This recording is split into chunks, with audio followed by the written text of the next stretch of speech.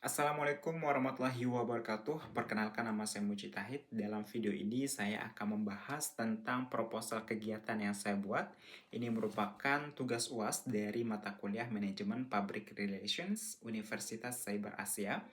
Adapun judul dari proposal kegiatan yang saya buat yaitu era new normal, era digital, membangun citra perusahaan dan memperkuat jaringan. Latar belakang dari proposal ini yaitu dalam era new normal saat ini, perusahaan dihadapkan dengan tantangan baru untuk membangun citra dan memperkuat jaringan dengan memanfaatkan teknologi digital.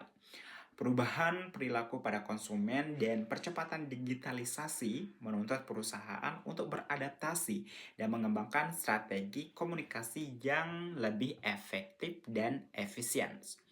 Adapun tujuan dari kegiatan ini, yang pertama yaitu membangun citra perusahaan yang positif di era digital. Yang kedua yaitu memperkuat jaringan dan hubungan dengan pemangku kepentingan atau stakeholders. Yang ketiga yaitu meningkatkan kesadaran atau awareness dan pemahaman publik tentang produk dan layanan perusahaan.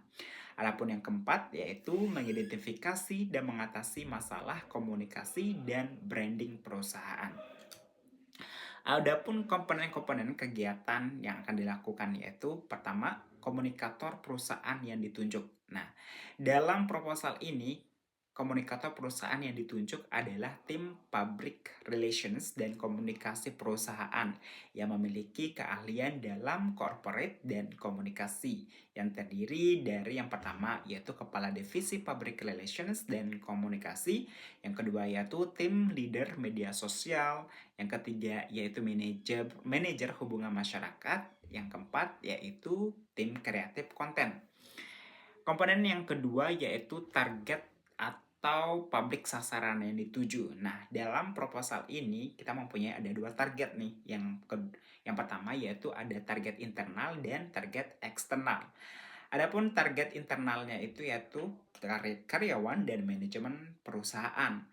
Target eksternalnya yaitu pelanggan atau customer dan calon pelanggan atau no customer.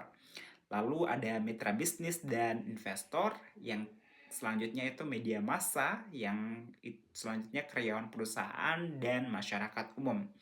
Komponen yang ketiga yaitu media yang digunakan. Nah, adapun media-media yang akan kita gunakan seperti media sosial. Ya, media sosial itu banyak sekali seperti ada Instagram, Facebook, Twitter, LinkedIn, dan sebagainya. Adapun selanjutnya yaitu website dan blog perusahaan, ya. Yang selanjutnya itu email dan newsletter, ada media massa seperti TV, radio, dan koran. Bisa juga dilakukan dengan webinar dari virtual event seperti bisa dilakukan dengan melalui platform Zoom dan Google Meet.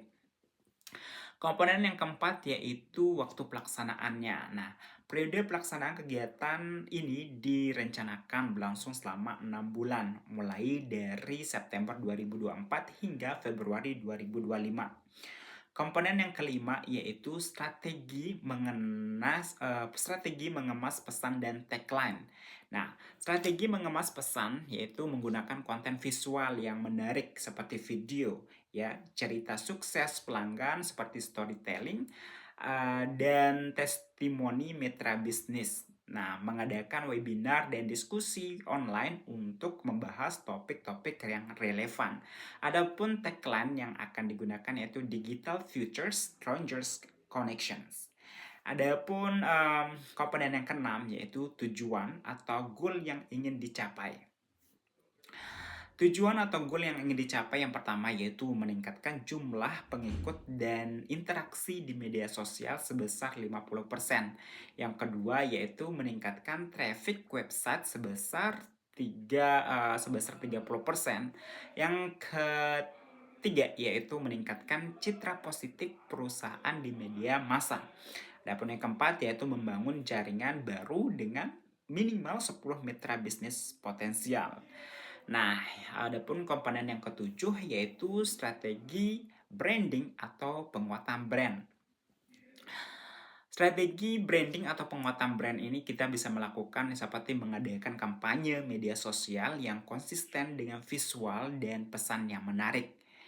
Selanjutnya itu bisa juga melakukan menciptakan konten yang relevan dan bermanfaat bagi target audiens.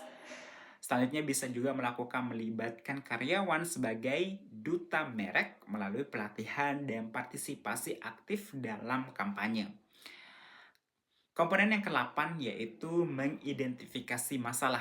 Nah, dalam mengidentifikasi masalah ini bisa dilakukan melalui yang pertama yaitu survei dan feedback. Nah, survei dan feedback ini bisa melakukan survei dan wawancara dengan pelanggan dan mitra bisnis untuk mengidentifikasi masalah komunikasi dan persepsi yang mereka miliki.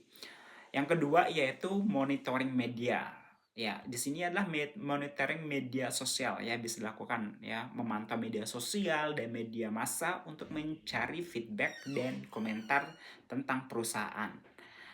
Yang ketiga yaitu bisa melakukan identifikasi menggunakan analisis SWOT ya. Analisis SWOT ini seperti strengths, kekuatan, weakness, kelemahan, opportunities, peluang, dan threat, yaitu perilakuan atau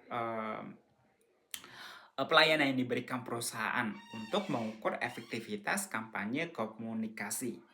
Adapun komponen yang kesembilan yaitu perencanaan atau pemrograman. Nah, dalam perencanaan dan pemrograman ini bisa dilakukan yang pertama yaitu menyusun jadwal konten media sosial dan blog. Yang kedua yaitu merencanakan webinar dan event virtual setiap bulannya ya secara continuous.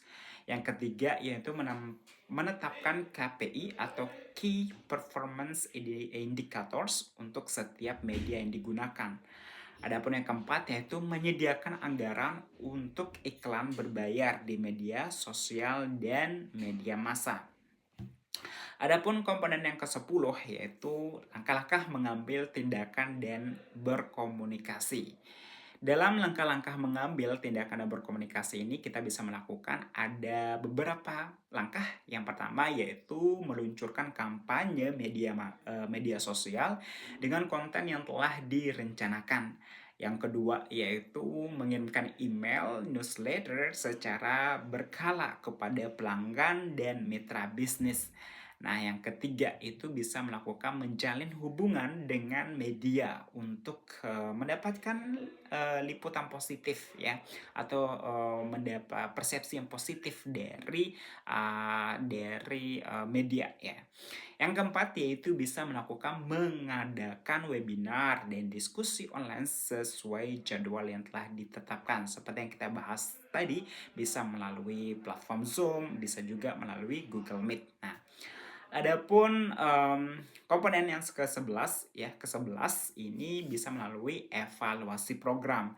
Seperti yang kita bahas sebelumnya itu KPI, bisa melakukan KPI atau mengukur KPI, Key Performance Indicators yang telah ditetapkan untuk menilai keberhasilan kampanye. Yang kedua itu bisa melakukan mengumpulkan dan menganalisis data dari survei pelanggan dan mitra bisnis. Adapun yang ketiga yaitu membuat laporan evaluasi setiap akhir bulan untuk melihat perkembangan dan penyesuaian strategi.